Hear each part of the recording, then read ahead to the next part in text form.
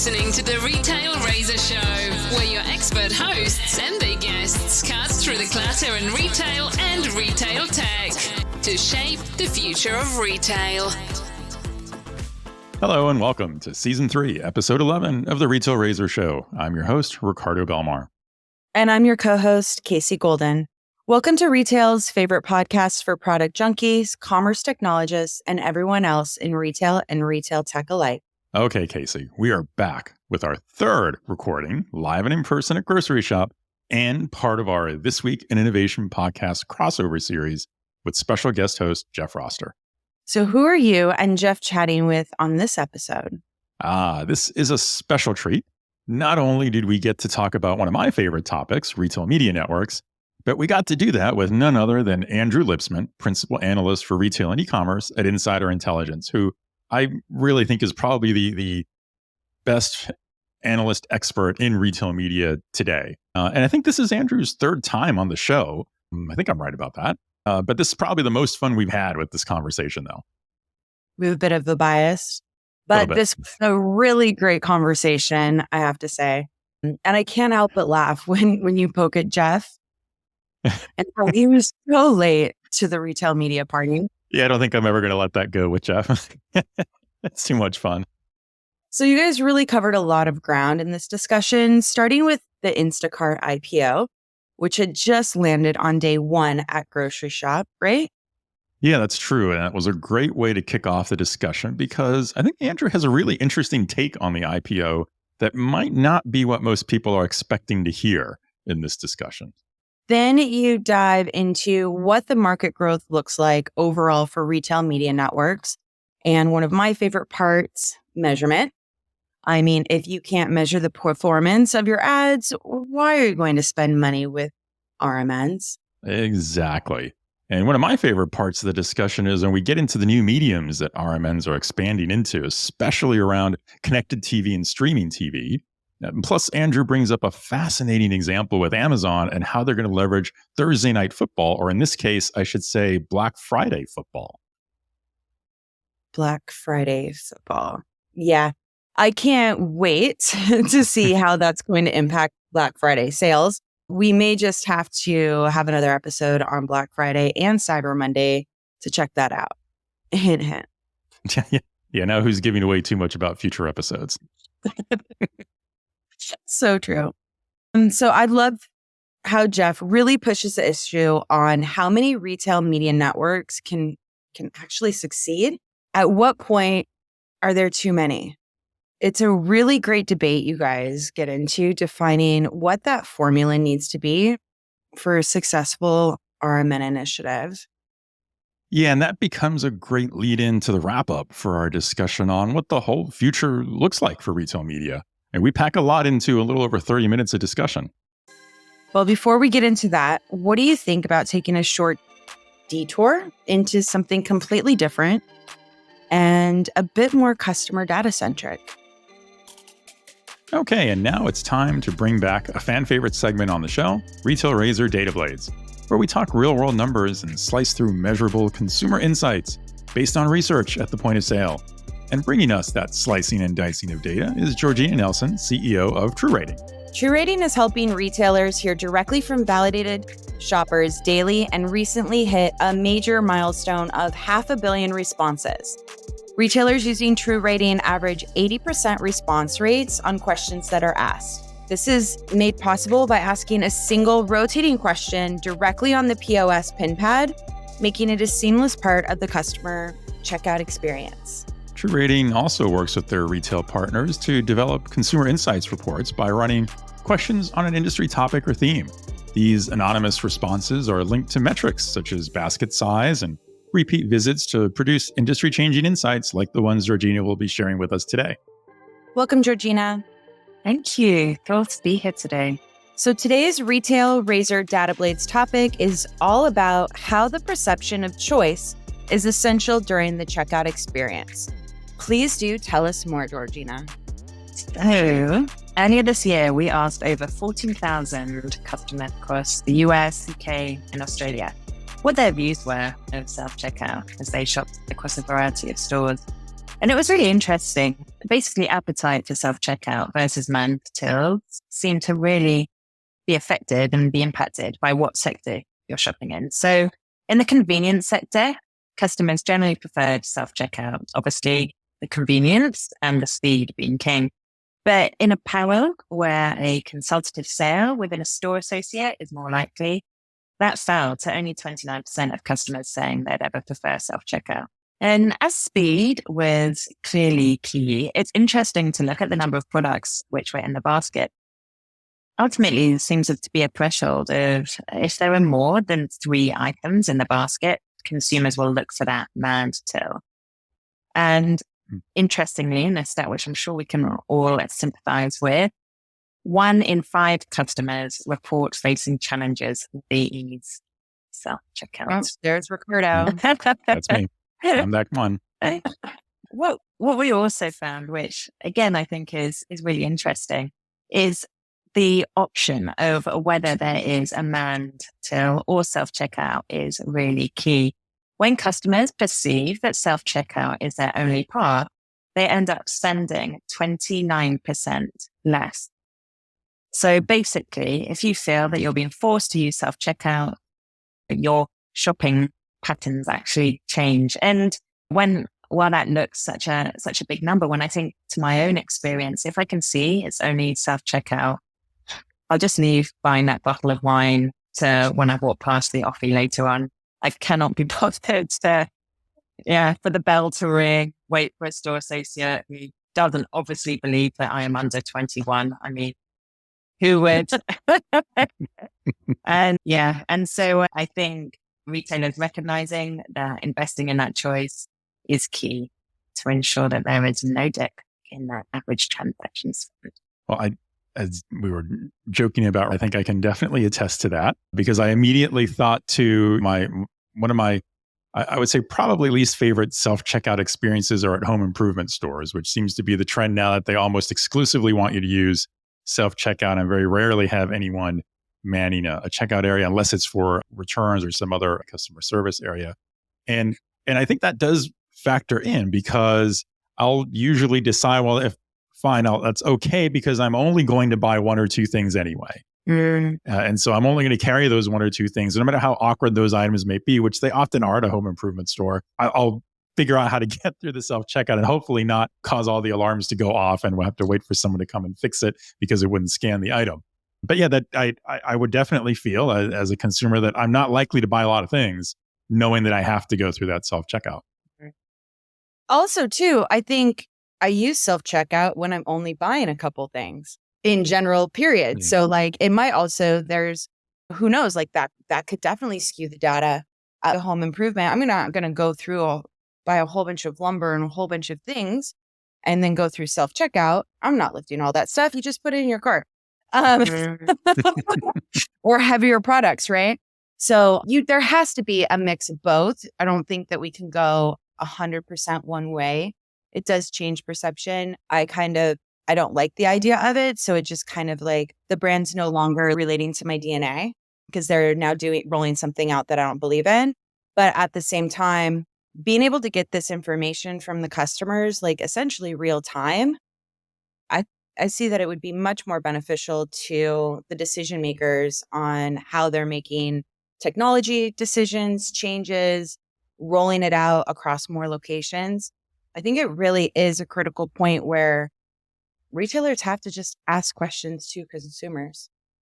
Yeah, thank you, Casey. I couldn't agree more. Consumers are changing so rapidly. Innovation, technology in store is changing rapidly. And for those 2 things to be in 2-step, it's key to be getting real time, up to date customer sentiment data. And as you said, just simply ask them. And then you're not operating and making decisions in the dark, which can come to bite you later. What's interesting is, and I think Costco is one example retailer doing this, the trend of having obviously not a manned self-checkout area, but having at least one staff member standing by right near the self-checkout area for those moments when something does go wrong so they can quickly go over and help. And I think in the past, self-checkout was always presented as a labor solution for retailers, right? In the sense that you would have fewer people staffing the checkout area, yet still have a good enough process that it would provide a good experience for customers when they check out without incurring any losses or anything. But one person manning multiple self-checkouts versus a one-to-one correspondence to a manned checkout area is still a labor savings, I suppose. But I'm kind of curious, when you are working with the retailer, Georgina, and you have this kind of survey done and they're looking at data like this, what's a typical thing that you suggest to retailers? Say, how would you follow up with this? Is the normal thing that happens that a retailer says, we've learned this is a really interesting result, an outcome from this question we asked.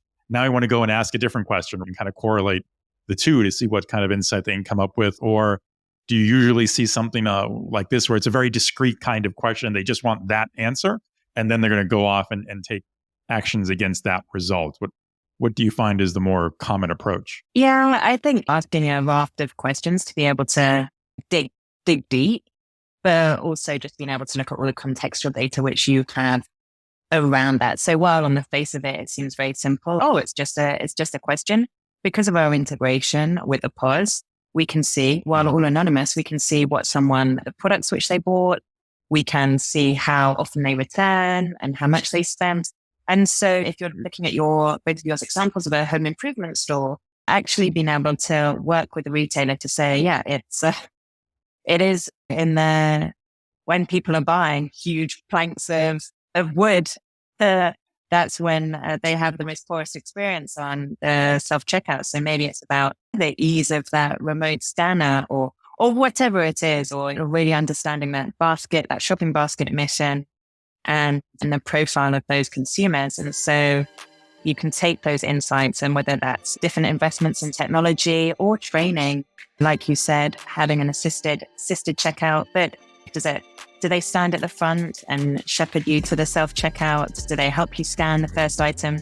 It's these kinds of things which we're working with our retailers to test, the A/B test, and really get that optimum consumer journey and customer experience.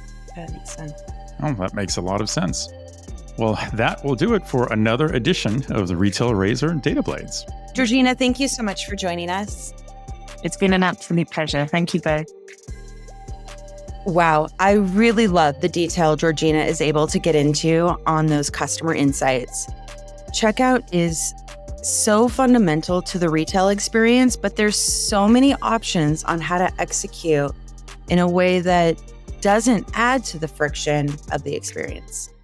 I agree. And I have to say, I'm still not a fan of most self-checkout systems, but Georgina's 100% right that you need options to make customers happy in that checkout experience. I mean, perception really is more than meets the eye after all. I let you get one of your 80s references in again, but we better move right into the amazing conversation you and Jeff Roster had with Andrew Lipsman at Groceryshop before you find a way to work in another one.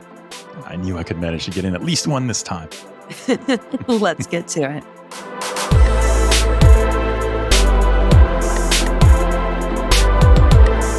We are here live at day 2 on Grocery Shop, and I am thrilled to be teaming up with good friend Jeff Roster, host of This Week in Innovation, once again for this podcast series. Jeff, how's things going for you on day 2?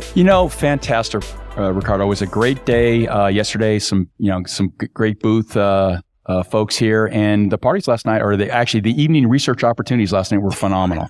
The evening research opportunities, yeah, that's much better way to put it. Yeah, big shout out to our friends at Rethink Retail. Yeah. I think maybe one of the most iconic locations for an evening event I've ever had. Weather was perfect. Beautiful view of the great view of the strip of the strip. Yeah, it's fantastic. Great conversation. Yeah, that was a fantastic event. That definitely, absolutely. So, continuing with this fantastic trend, we are super thrilled to have back on the show again Andrew Lipsman, principal analyst at Insider Intelligence, covering all things e-commerce, retail, and we're planning to talk about one of my favorite topics, which I know Jeff loves to hear me talk about, and it's retail media.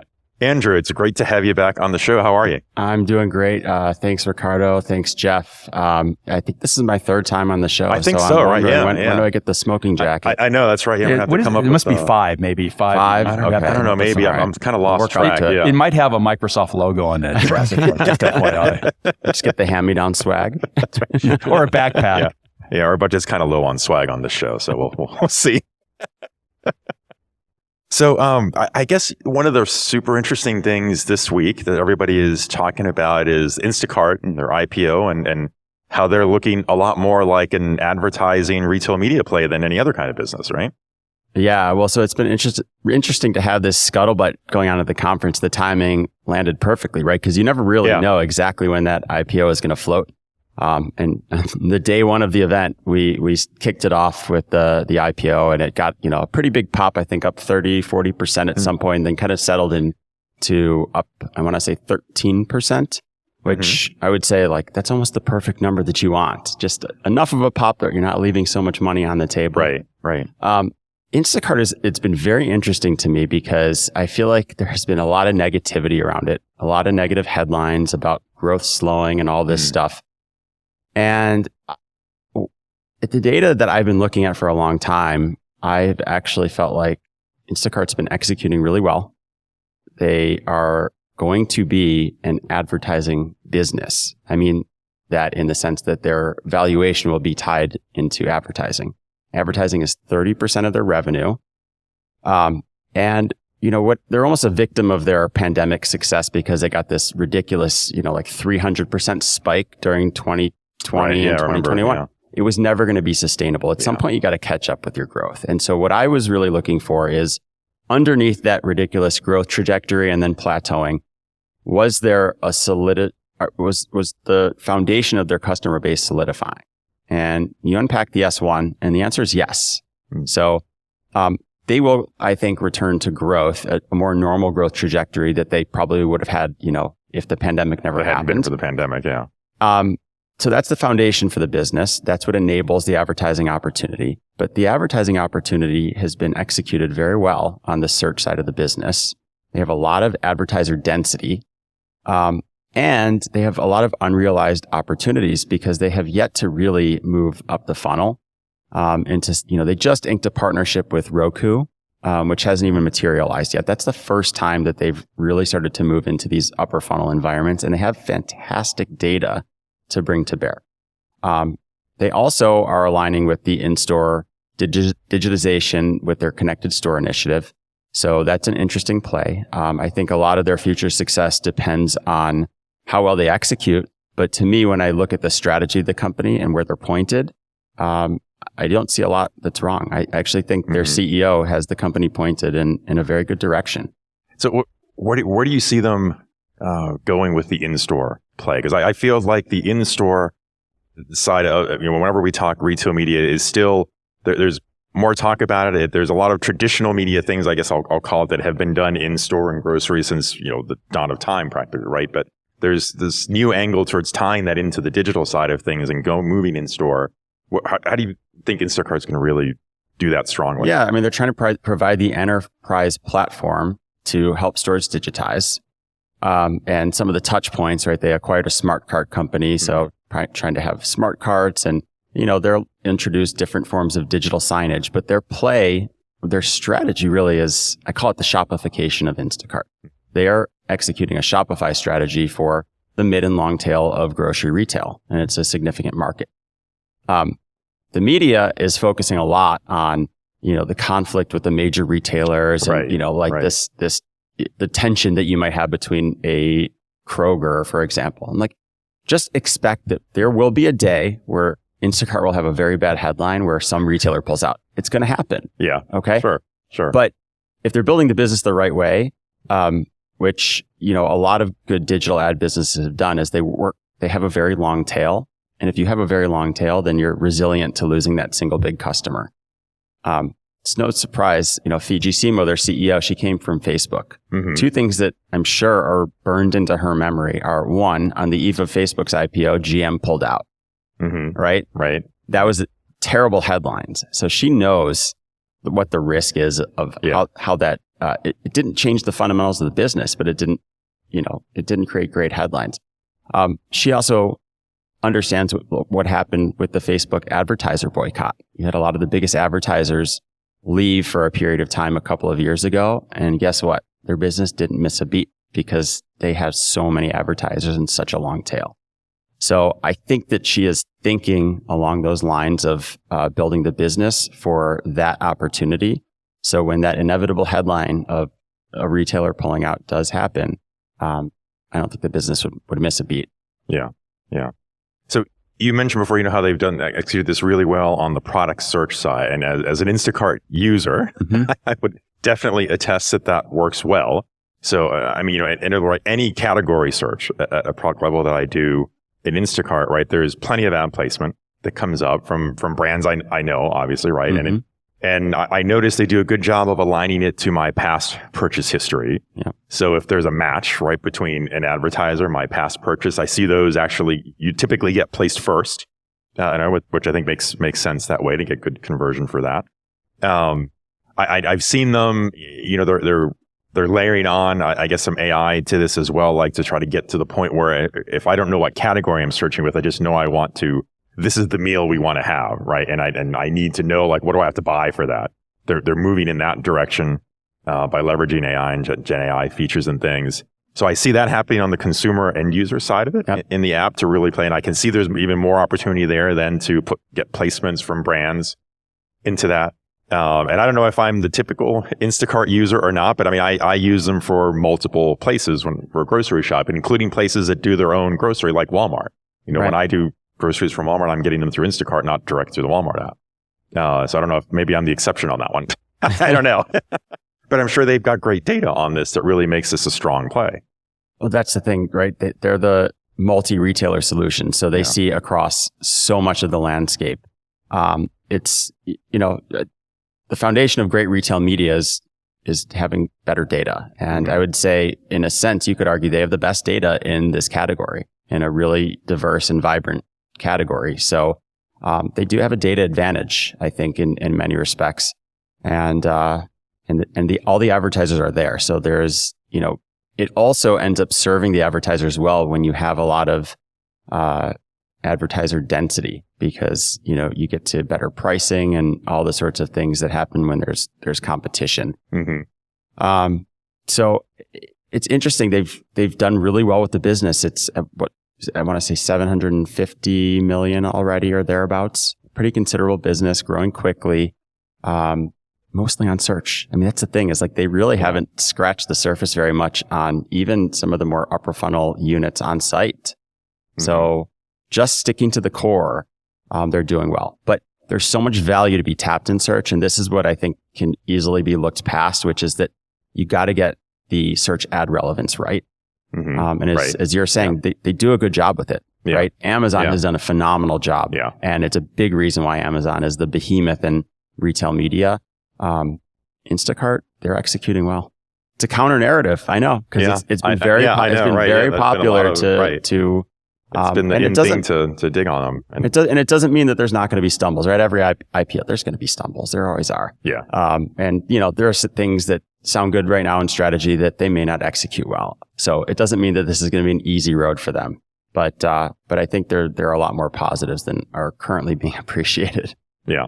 This whole retail media thing, as an analyst that's covered this technology or this space for so long, it's so hard for me to hear these numbers and understand how many billions of dollars that just showed up.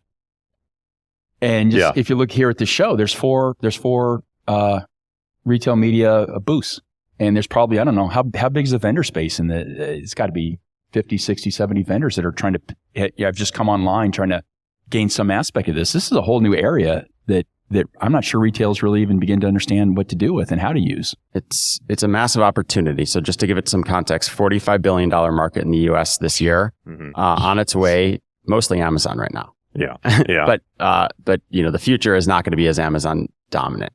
On its way to about 105 billion in the next 4 years. So that's a big opportunity. Yeah. And the question that comes up a lot is, where do the budgets come from? Is it coming from shopper or is it coming from trade? And what I'm saying is shifting dollars around. The biggest is actually incremental. It's new money. Digital has always kind of gotten incremental spend. It's disproportionately going to retail media. It's going to start to splinter off of some of these other larger existing budgets. But what often goes underappreciated is measurement makes markets. But when you introduce measurement, it actually brings in new spend that didn't exist because the measurement is there.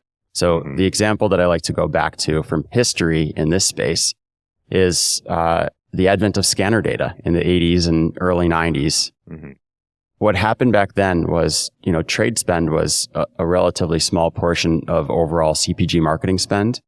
And back then, if you saw what your sales were doing in the store, you'd have these bi-monthly audits and you'd see over 2 months, here's what sales were. And, it basically looked roughly the same over these 2-month periods. You introduce scanner data and you realize that the promotions are causing these crazy weekly spikes. There wasn't visibility into this before scanner data.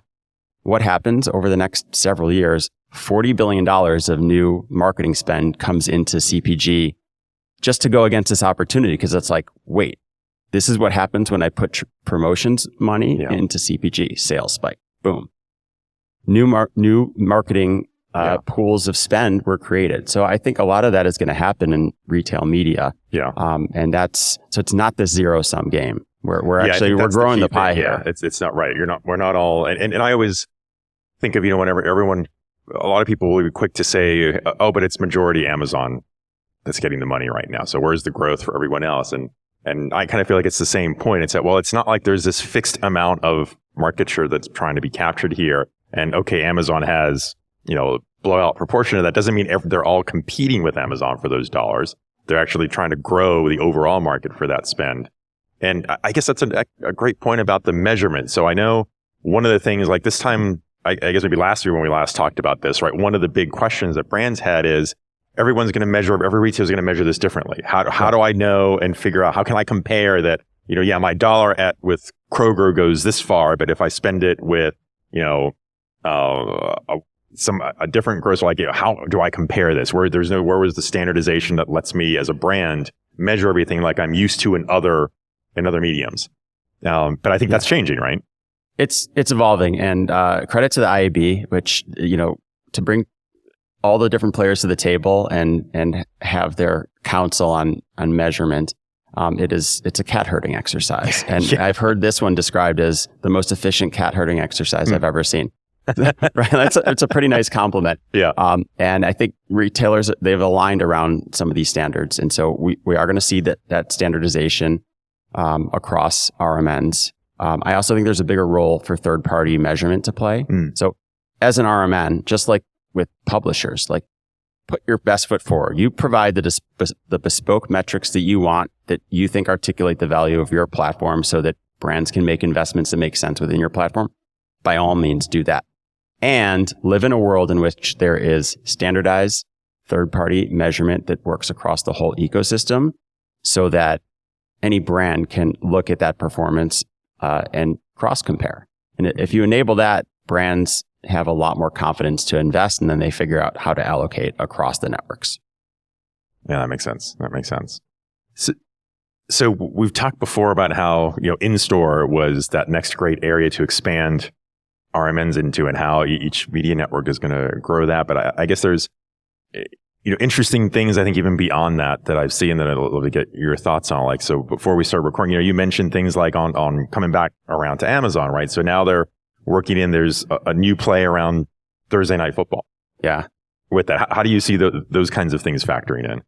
Yeah, there is a shift towards upper funnel environments, and that's offsite display and video, it's streaming TV, and it's in-store media. So I'm excited about what's happening with streaming TV. We've seen a lot of partnerships materializing over the last year or so between publishers, media companies, and the retailers. So those pipes have been connecting, and now it's going to start to materialize as we pipe in the content. I'm really excited to have closed loop measurement against highly rated television programming. We've never had that before, right?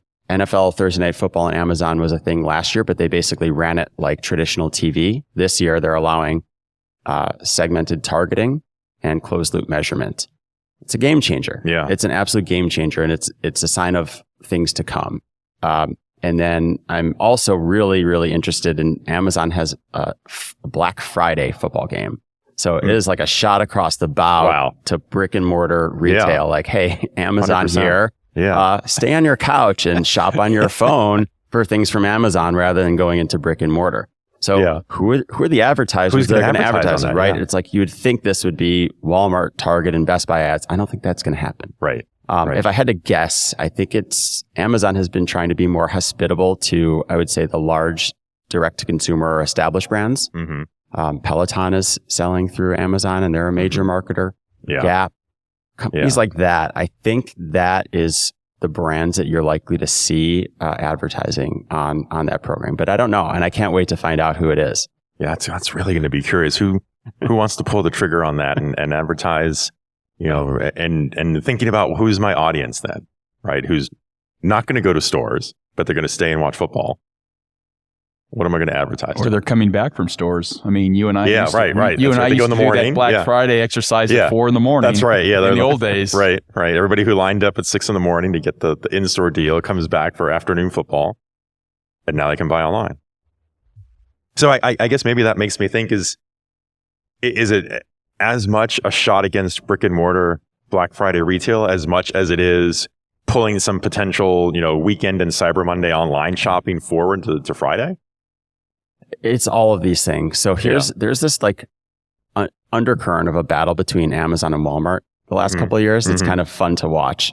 If you remember last year, an otherwise boring holiday season, I would say, Walmart unveiled an ad campaign. There was Case of the Mondays. It was this Office Space parody where they had a lot of the old actors from Office Space in it. And they were basically trying to claim some ownership of Cyber Monday. That's Amazon's day. Yeah. So they also had a shot across the bow to Amazon. So it's right. There's this kind of battle, this back and forth that's going on. I like it because that adds a little bit of intrigue to another season that is probably shaping up to be a little bit more boring than usual. Right. So Andrew, why don't you coin the term, what you're going to call that spike for Black Friday football? I mean, coin the term now. I mean, we had Cyber Monday, which is a made up term. And Black Friday, which is a 100-year-old term. What are we going to call the spike on? That's a good one. We'll have to think about that. Little bit of internet history, by the way. I'll take you back in time, the Wayback Machine.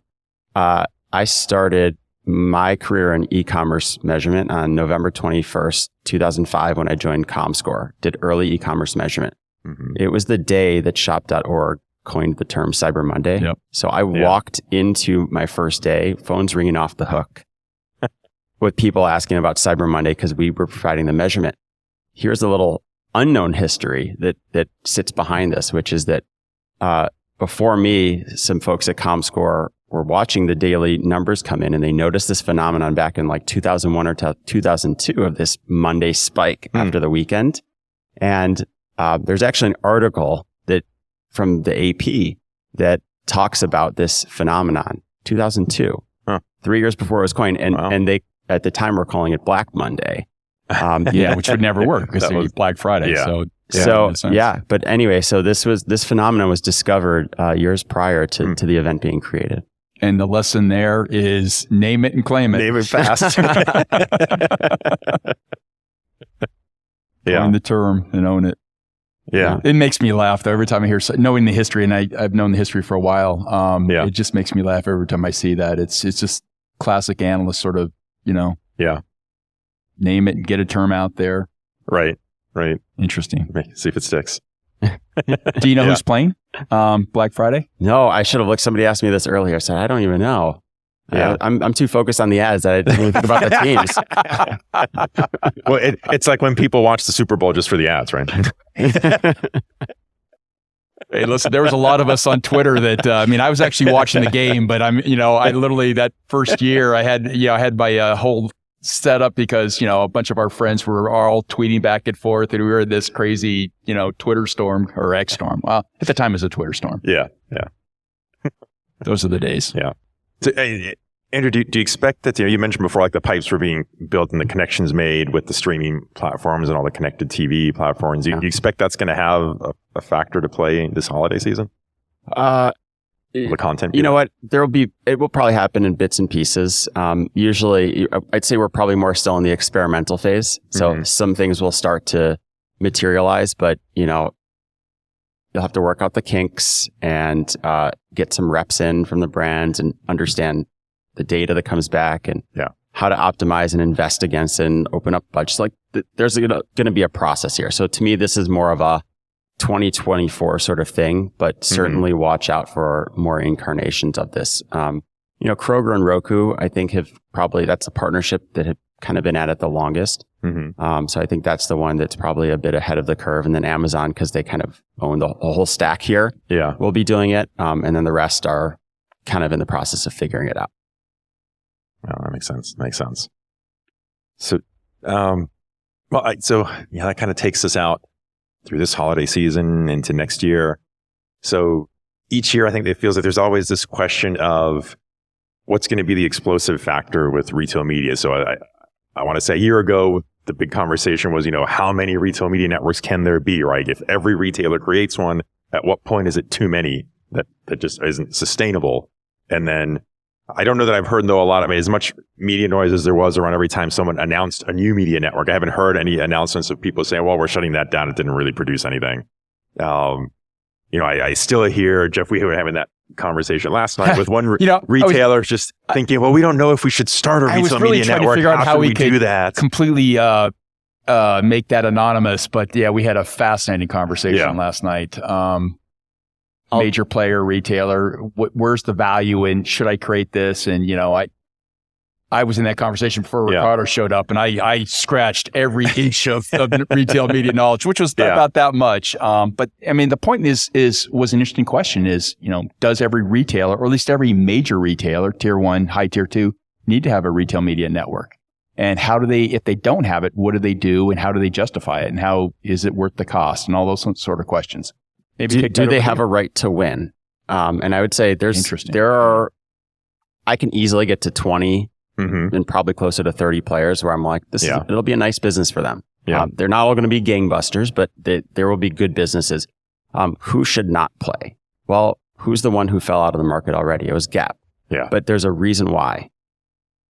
It never really had a right to exist because they sell their own brand. That's right. That's what I was thinking. If you are not a multi-brand retailer and you're thinking about a retail media network, you probably don't have a play. If you do, you better have a big store footprint and you better have a really good reason for having in-store retail media for non-endemic brands. I can't think of an example off the top of my head. If I'm working this hard, I think that the rule of thumb is if basically you're an owned brand retailer, you shouldn't have a retail media network. Yeah, I think that makes sense to me as well, because where's the conversion incentive, right, for a brand to want to, and it would have to all be non-endemic advertising, right? I mean, and then how do you win their attention? That's the thing. You're competing with, it's not just that you have data that can be used by them. It's your data has to be substantially better than the next best alternative. Right. And you probably don't have that. Gap did not have that, right? Their apparel data, there's a million purveyors of apparel data. Right. How is it any better than anyone else to a non-endemic brand that might be a potential advertiser? Yeah.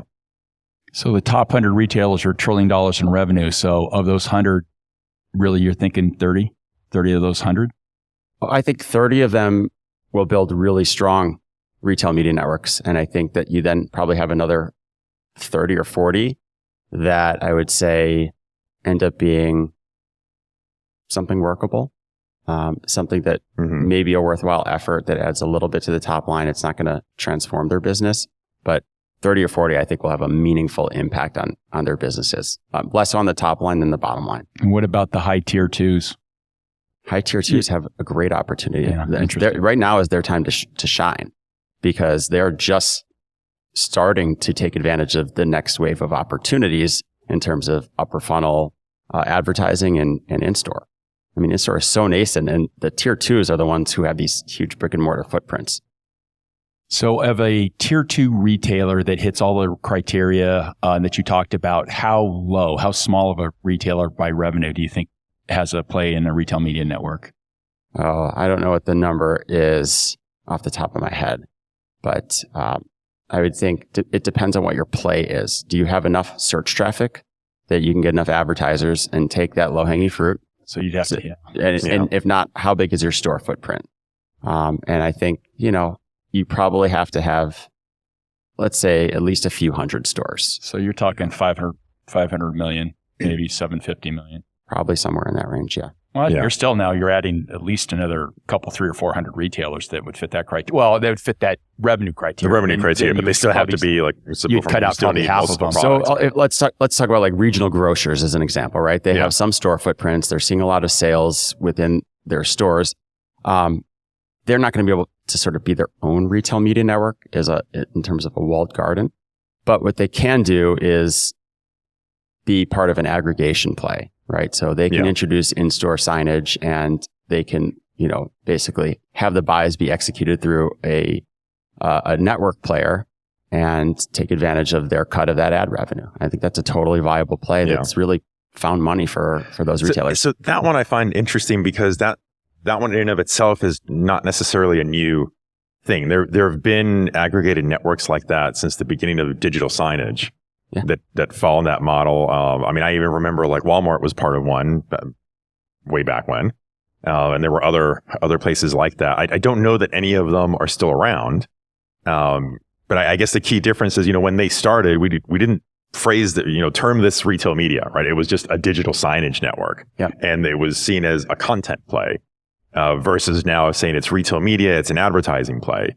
And I think there seems to be some strong impact just in the way we talk about it versus the way it used to be talked about that makes a completely different story and paints a totally different picture for everyone. That's part of it. The narrative is better, but also timing matters. And so, like there are a lot of enablers that are required to scale a new media market.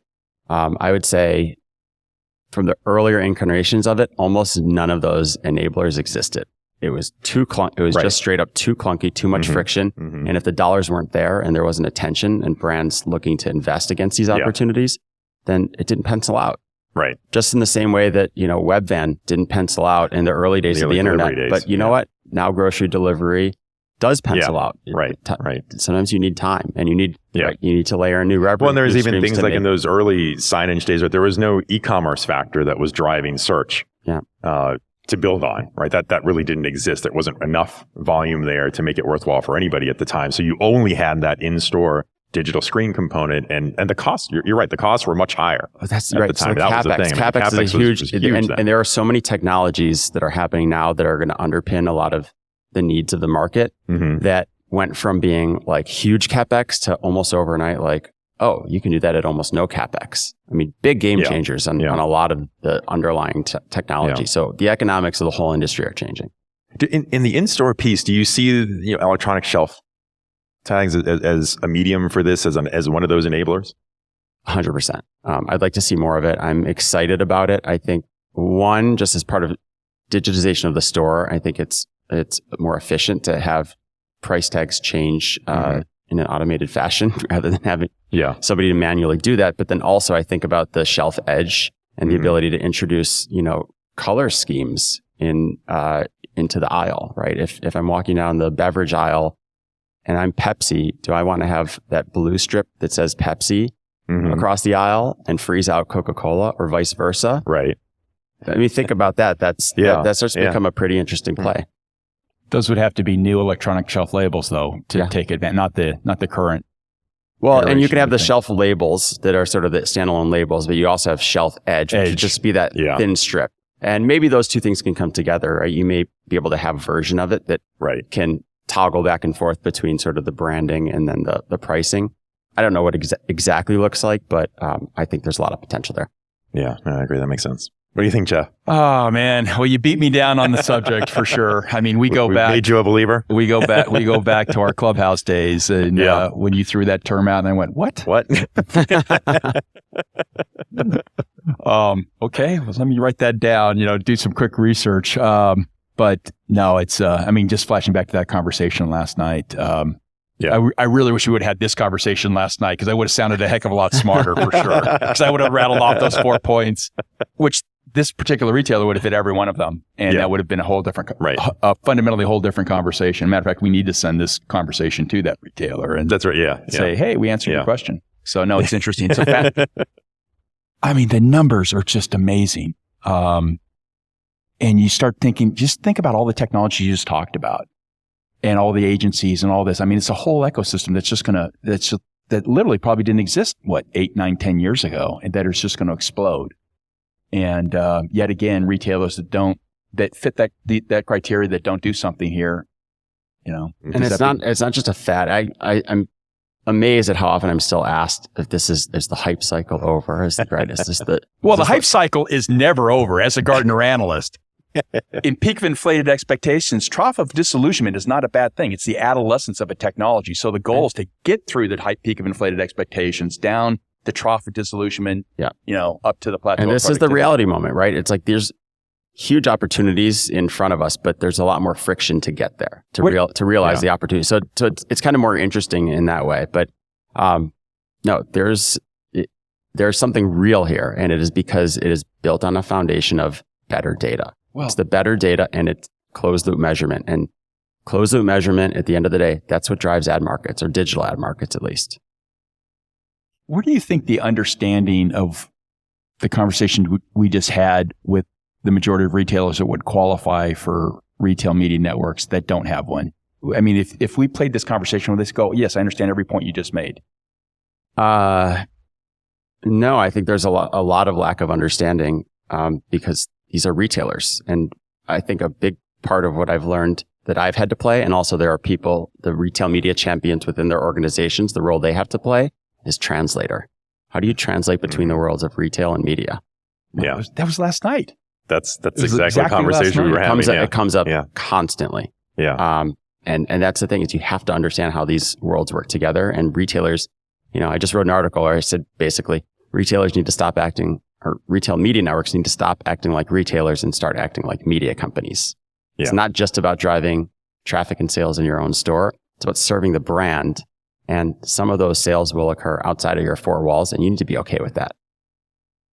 Yeah, I think of it as the retailer kind of realizing that they're not just a shopping destination now, they're a platform, right? And as part of that platform, you're serving those brands that are bringing these advertising to your platform with the goal of connecting and converting the other side of the platform, which is those consumers that the retailer has. So now it's, and I'm not using phrases like, like retail as a platform, like we do when we talk about software as a platform, right? I mean, all those kinds of things. As a software as a service, retail as a service. It's not the same thing. I'm seeing it more as the actual retailer's business turning into a platform business, which is in many ways a fundamentally different one than just being a transactional commerce business. Said another way, they have traditionally been B2C. And now they have to be B2B. Right. And they need to be both. They need to be both. They have to look at it as both. And that implies unique specialties, unique skill sets, different ones than they're likely to have. And so that means, not just growing it from a business point of view, but it's also growing it from having the right staffing. Yes. Right. Having the right people. And it really argues for the RMN to act independently. Yeah. These two things are different businesses. They need to be formed differently, and they need to, there has to be alignment, I guess, ultimately at the C level, but they need to operate as independent entities. Right. And the ones that are getting the most traction are doing that. That's a good point. Yeah. Yeah. As you're saying that, I'm thinking it's like, Kroger, Albertsons, right? Walmart. Mm-hmm. They all have that separated. Target has it called out as Roundel, right? You've got Walmart Connect. All of these have set them up as separate business units, right? To run what they need to do. Exactly. Yeah. That's true. Phenomenal. Well, Andrew, this has been a fantastic conversation. Always fun to talk retail media with you. Whatever appearance this is, I've lost track. I'm sure we're going to be coming back to this over and over again as it keeps growing. And I think like you, I can't wait to see how this is going to play out with the connected TV piece. I think that one's, I just feel like that one's going to be really fascinating. Yeah, 2024 should be an exciting year. Yeah. Well, thank you for having me back. Let's get an official count because we're going to figure out the right swag for you. Yeah, we're going to have to figure out the right swag for you here on this one. Yeah. I think at this point, Casey and I have been debating this. I think it's probably comes down between you and Ron Thurston for the most appearances on the show. Where is this Ron Thurston? He's lurking. He's lurking a lot. Yeah, he's listening out there. We hear you, Ron. We hear you. Although he's no longer mobile, apparently. He's based now in Florida. He's anchored himself to Miami. Well, thanks again, Andrew. This has been fantastic. Awesome. Thanks as always.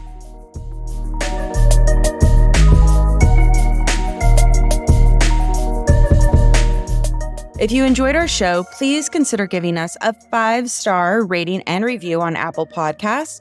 Remember to smash that subscribe button in your favorite podcast player or watch us on YouTube so you don't miss a minute. If you want to know more about what we talked about today, take a look at the show notes for handy links and more deets. And if you haven't tried Goodpods Player yet, give them a spin and follow our show. We recently hit the top of the charts in indie management and marketing podcasts. We love meeting all the Goodpods fans. I'm your co-host, Casey Golden. If you'd like to connect with us and share your feedback, follow us and the show on Twitter at KCCGolden, Ricardo_Belmar, and at Retail Razor, or find us on LinkedIn. And if you want even more from us, subscribe to our Substack newsletter that includes full episode transcripts and bonus content. I'm your host, Ricardo Belmar. Thanks for joining us. And remember, there's never been a better time to be in retail if you cut through the clutter. Until next time, this is the Retail Razor Show.